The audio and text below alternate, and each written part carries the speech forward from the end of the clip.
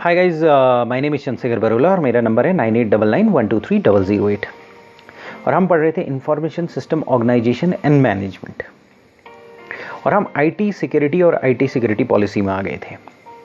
अब IT security और IT security policy जो चैप्टर है हमारा उसमें एक टॉपिक है आईटी मैनेजमेंट इश्यूज, उसको हम पढ़ेंगे।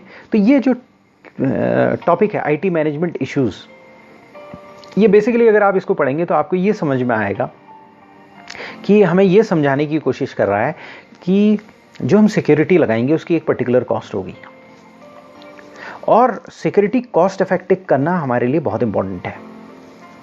क्योंकि हमारा एम क्या है, ऑर्गेनाइजेशन का एम क्या होता है, ऑर्गेनाइजेशन का बिजनेस गोल क्या होता है? बिजनेस गोल होता है वैल्यू एडिशन।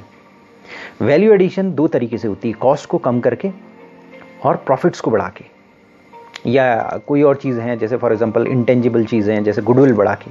गुडविल बढ़ाएगी तो वो भी लॉन्ग टर्म में प्रॉफिट्स में ट्रांसलेट होगी। तो बेसिकली हमारा जो बिजनेस गोल है, बिजनेस गोल वैल्यू क्रिएशन है, वैल्यू इन्हेंसमेंट है, वैल्यू को इंक्रीज करना है। लेकिन जो हमारा सिक्योरिटी का गोल ये है कि रिस्क को मिटिगेट करना है। तो रिस्क वर्सेस रिटर्न हमें हमेशा देखना पड़ेगा। तो आईटी गवर्नेंस मैनेजमेंट गाइडलाइंस ये कहती है कि अगर हम किसी इंफॉर्मेशन टेक्नोलॉजी और उसकी प्रोसेसेस की गवर्नेंस क्रिएट कर रहे हैं तो हमें सबसे पहले तो बिजनेस में देखना पड़ेगा कि वो आईटी की सिक्योरिटी वगैरह बिजनेस की वैल्यू बढ़ाए। मतलब हम आईटी की सिक्योरिटी लगाएं तो वो बिज़नेस की वैल्यू घटाए नहीं, बिज़नेस की वैल्यू बढ़ाए। तो बिज़नेस की वैल्यू कब बढ़ाएगा? जब रिस्क वर्सेस रिटर्न में जो है रिटर्न ज़्यादा होगा। मतलब अगर मान लिया सपोज रिस्क काफ़ी ज़्यादा है, हम उसमें कॉस्ट लगाना शुरू करेंगे तो रिस्क कम होना चालू होगा। लेकिन एक सिचुएशन आएगी जब रिस्क और रिटर्न बैलेंस हो जाएंगे। तो रिस्क वर्सेस रिटर्न को हमें बैलेंस करना है बेसिकली, और रिस्क वर्सेस रिटर्न को जब हम बैलेंस करेंगे तो कॉस्ट ऑप्टिमम लेवल पर आ जाएगी और रिस्क भी ऑप्टिमम लेवल पर आ जाएंगे। तो बेसिकली हमें कॉस्ट को मिनिमम कॉस्ट खर्च करनी है, और मिनिमम कॉस्ट कैसे खर्च होगी? जब हम ऑप्टिमम कॉस्ट में आएंगे। और ऑप्टिमम कॉस्ट कैसे पता चलेगी? जब रिस्क वर्सेस रिटर्न बैलेंस हो जाएंगे। तो जब हम रिस्क वर्सेस रिटर्न के बैलेंसिंग पॉइंट में आएंगे तो सिक्योरिटी एक ऑप्टिमम सिक्योरिटी होगी और एक ऑप्टिमम कॉस्ट होगी, और वहाँ पर हम एम कर रहे होंगे reasonable appropriate proportional system of controls पर। यानी रीजनेबल लेवल के कंट्रोल्स होनी चाहिए, ऐसे ही कंट्रोल्स नहीं होनी चाहिए जो सफोकेटेड हों जैसे गवर्नमेंट डिपार्टमेंट में होता है, ब्यूरोक्रेटिक होता है गवर्नमेंट डिपार्टमेंट। एप्रोप्रिएट कंट्रोल्स हों, सही कंट्रोल्स हों, प्रोपोर्शनल सिस्टम ऑफ कंट्रोल्स हों। इतना ज़्यादा कंट्रोल ना हो कि कॉस्ट ही बहुत ज़्यादा आ जाए। कंट्रोल्स और सेफगार्ड जो भी हो रीजनेबल, एप्रोप्रिएट और प्रोपोर्शनल होनी चाहिए। और ऐसे कंट्रोल्स लगाओ, कंट्रोल्स दो तरीके से लगाओ। हाईएस्ट रिटर्न ऑन इन्वेस्टमेंट दें, जितना आप इन्वेस्ट कर रहे हो उससे हाईएस्ट रिटर्न ऑन इन्वेस्टमेंट दें। और कुछ ऐसे जो क्विक विन्स दें, जो कॉस्ट जल्दी रिकवर करें, जो कॉस्ट कम लगाएं, वो पहली प्रायोरिटी रिसीव करेंगे। तो हमें क्या करना पड़ेगा? रिस्क और रिटर्न को डिफाइन करना पड़ेगा, बैलेंस करना पड़ेगा और कम्युनिकेट करना पड़ेगा ऑर्गेनाइजेशन के चारों तरफ। हमें बताना पड़ेगा भाई क्यों रिस्क जो है, कितना रिस्क और कितना रिटर्न है। रिस्क वर्सेस रिटर्न की स्टडी करनी पड़ेगी, और इसके बारे में हमें रिस्क को डिफाइन करना पड़ेगा, रिटर्न्स को कैलकुलेट करना पड़ेगा, बैलेंसिंग पॉइंट ढूंढना पड़ेगा, और ये कम्युनिकेट करना पड़ेगा ऑर्गेनाइजेशन के चारों तरफ। और सबसे इंपॉर्टेंट चीज़, हमें की गोल्स एस्टेब्लिश करने पड़ेंगे ताकि इम्प्रूव्ड रिटर्न्स हों। मेजर आईटी इन्वेस्टमेंट्स में रिटर्न्स ज़्यादा हों। आईटी इन्वेस्टमेंट किस लिए? आईटी इन्वेस्टमेंट बेसिकली इसलिए, जो हम बार बार कह चुके हैं, आईटी इन्वेस्टमेंट इसलिए है कि कॉस्ट को कम करने के लिए, ओवरऑल कॉस्ट को कम करने के लिए, एफिशिएंसी लाने के लिए, रिलायबिलिटी लाने के लिए। वो रिलायबिलिटी लाने के लिए कॉस्ट ज़्यादा लगती है अगर ह्यूमन बीइंग या एम्प्लॉय को रखें। तो एम्प्लॉय के बजाय हम ऑटोमेटेड सिस्टम्स लेकर आते हैं। कई काम जो बहुत फास्ट हो जाते हैं, उसकी वजह से कई बिजनेस इसलिए बनते हैं क्योंकि हमारे पास आईटी है। आज आउटसोर्सिंग, वॉइस आउटसोर्सिंग का बिजनेस ही इसलिए क्योंकि आईटी की वजह से है, क्योंकि वो सिस्टम में सिनर्जी लेकर आया और सिस्टम में उसने कॉस्ट कम की है। तो की गोल इंडिकेटर्स हम करेंगे। और दूसरी बात, हमें ये देखना पड़ेगा आईटी मैनेजमेंट एक कंटिन्यूस और डायनेमिक प्रोसेस है। क्यों है कंटिन्यूस डायनेमिक प्रोसेस? इसलिए है क्योंकि 5 साल में जनरेशन चेंज हो जाती है। तो हमें आईटी के साथ, अगर हम आईटी मैनेजमेंट कर रहे हैं तो आईटी के सारे इश्यूज़ को हमें देखना पड़ेगा, क्योंकि एक आईटी अगर अंदर आया, इंफॉर्मेशन टेक्नोलॉजी अंदर आई, तो उसके चारों तरफ के जितने भी इश्यूज़ होंगे, जितने भी कॉस्ट उसमें इन्वॉल्व होगी, उस सब को मैनेज करना पड़ेगा। आईटी मैनेजमेंट का मतलब ये है आईटी से रिलेटेड चीज़ों को हमें मैनेज करना पड़ेगा।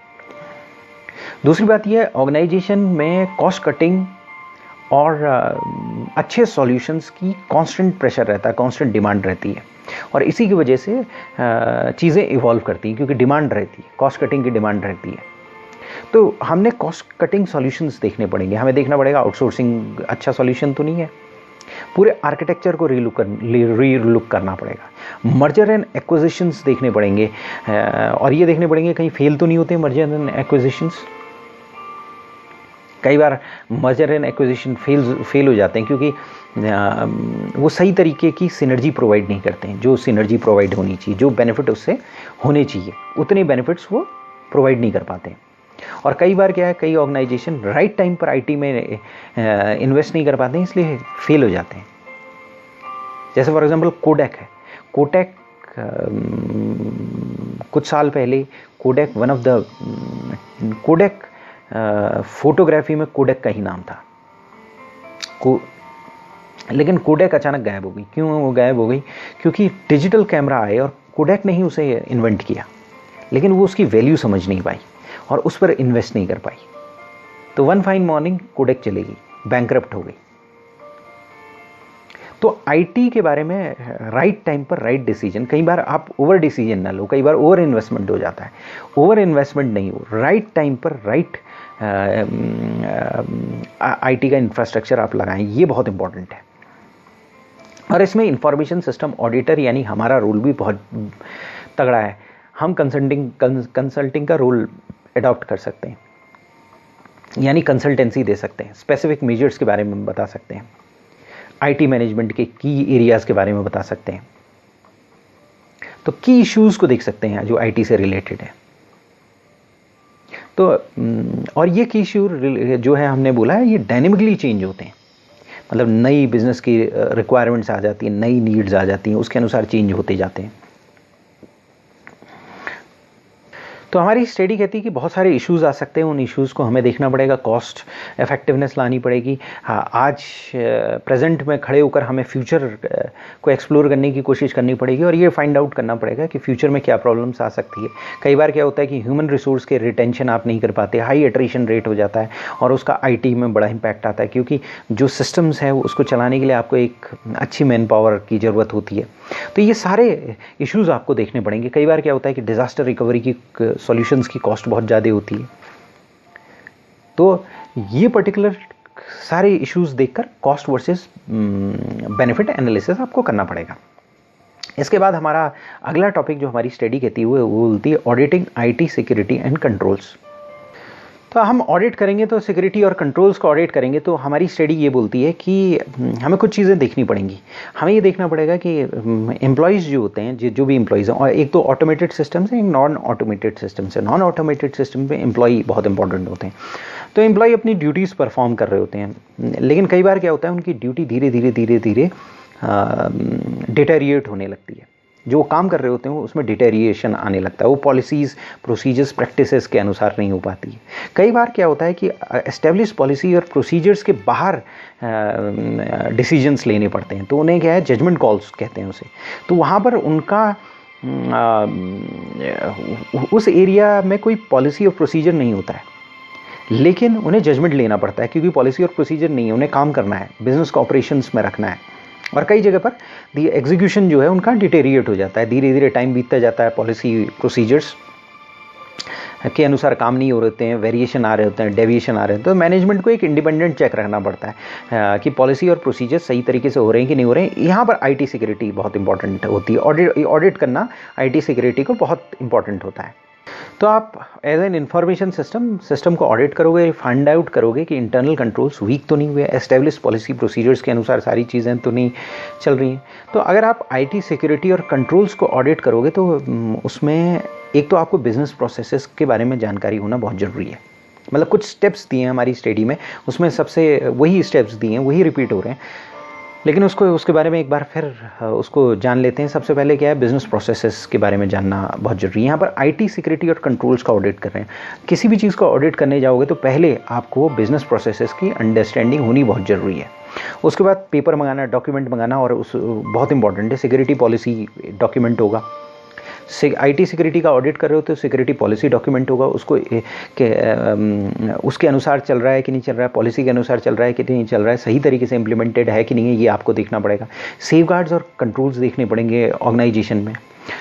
उसके बाद रिसोर्सेज के लिए क्या पॉलिसी डिफाइंड है, आईटी रिलेटेड पॉलिसीज़ क्या डिफाइंड है रिसोर्सेज के लिए, ये आपको देखना पड़ेगा। मॉडल्स और मैकेनिज्म को रिव्यू करना पड़ेगा और देखना पड़ेगा सिक्योरिटी किस तरीके से सिक्योरिटी इंश्योर हो रही है। सिस्टम के ऑडिट्स करने पड़ेंगे, इवन इथिकल ऑडिटिंग करनी पड़ सकती हैं, और उसके बाद ड्रिल्स करने पड़ सकते हैं। तो इसके बाद हमारी स्टडी में कुछ एरियाज़ दिए हैं जिसमें हम आईटी सिक्योरिटी ऑडिट कर सकते हैं। तो सबसे पहले क्या है कि आईटी के मिशन स्टेटमेंट, गोल्स और ऑब्जेक्टिव्स देखेंगे, और फिर उससे देखेंगे कि आईटी सिक्योरिटी का किस लेवल तक सिक्योर होना चाहिए। क्योंकि अगर हम ऑर्गेनाइजेशन को देख लेंगे, ऑर्गेनाइजेशन के बिजनेस प्रोसेस को अंडरस्टैंड करेंगे, तो एक अच्छा ऑडिटर को स्टेटमेंट, गोल्स और ऑब्जेक्टिव्स अगर ऑर्गेनाइजेशन के पता है और उसके बाद आईटी के मिशन स्टेटमेंट, गोल्स, ऑब्जेक्टिव्स बताएं, तो उसको ये पता चल जाएगा ये सिक्योरिटी रिक्वायरमेंट है। क्योंकि दो टाइप के गोल्स होंगे, एक ऑर्गेनाइजेशन के गोल्स होंगे, एक आईटी के गोल्स होंगे। तो आईटी के मिशन स्टेटमेंट, गोल्स और ऑब्जेक्टिव्स उसे देखना पड़ेगा। अगर वो ये देख लेगा तो उसको समझ में आ जाएगा कि बेसिकली सिक्योरिटी किस लेवल की चाहिए। आईटी के स्ट्रेटेजिक प्लान्स देखने पड़ेंगे कि किस तरह से इंप्लीमेंट हो रहे हैं, किस तरह से मॉनिटर हो रहे हैं। तो स्ट्रेटेजिक प्लान अगर सही तरीके से इंप्लीमेंट हो रहे हैं और मॉनिटर हो रहे हैं तो ठीक है, अगर डेविएशन है तो उसे बताना पड़ेगा। और अगर स्ट्रेटेजी प्लान अधूरे ही या पुराने हो चुके हैं तो ये भी बताना पड़ेगा। आईटी के क्या रोड मैप्स हैं, फ्यूचर रोड मैप्स हैं और अचीवमेंट हैं, इसके बारे में उसे देखना पड़ेगा, ऑडिट करना पड़ेगा। उसके बाद टेक्नोलॉजी रिस्क देखने पड़ेंगे कि असेसमेंट करना पड़ेगा टेक्नोलॉजी का क्या लेवल का रिस्क है। क्योंकि जैसे फॉर बैंक है उसमें high level of technological risk होगा, क्योंकि टेक्नोलॉजी स्पीडीली चेंज होती जा रही है, तो बैंक्स को अपग्रेड करना पड़ेगा। High level IS security policies देखनी पड़ेगी। आईटी बजट देखना पड़ेगा ठीक है कि नहीं ठीक है, और ये देखना पड़ेगा अगर वो एक्सीड हुआ है तो क्यों हुआ है। पहले तो आईटी बजट को देखना पड़ेगा इनलाइन है कि नहीं है सिक्योरिटी रिक्वायरमेंट्स के, और फिर ये देखना पड़ेगा इनलाइन है सिक्योरिटी रिक्वायरमेंट्स के तो वेरिएशन क्या है।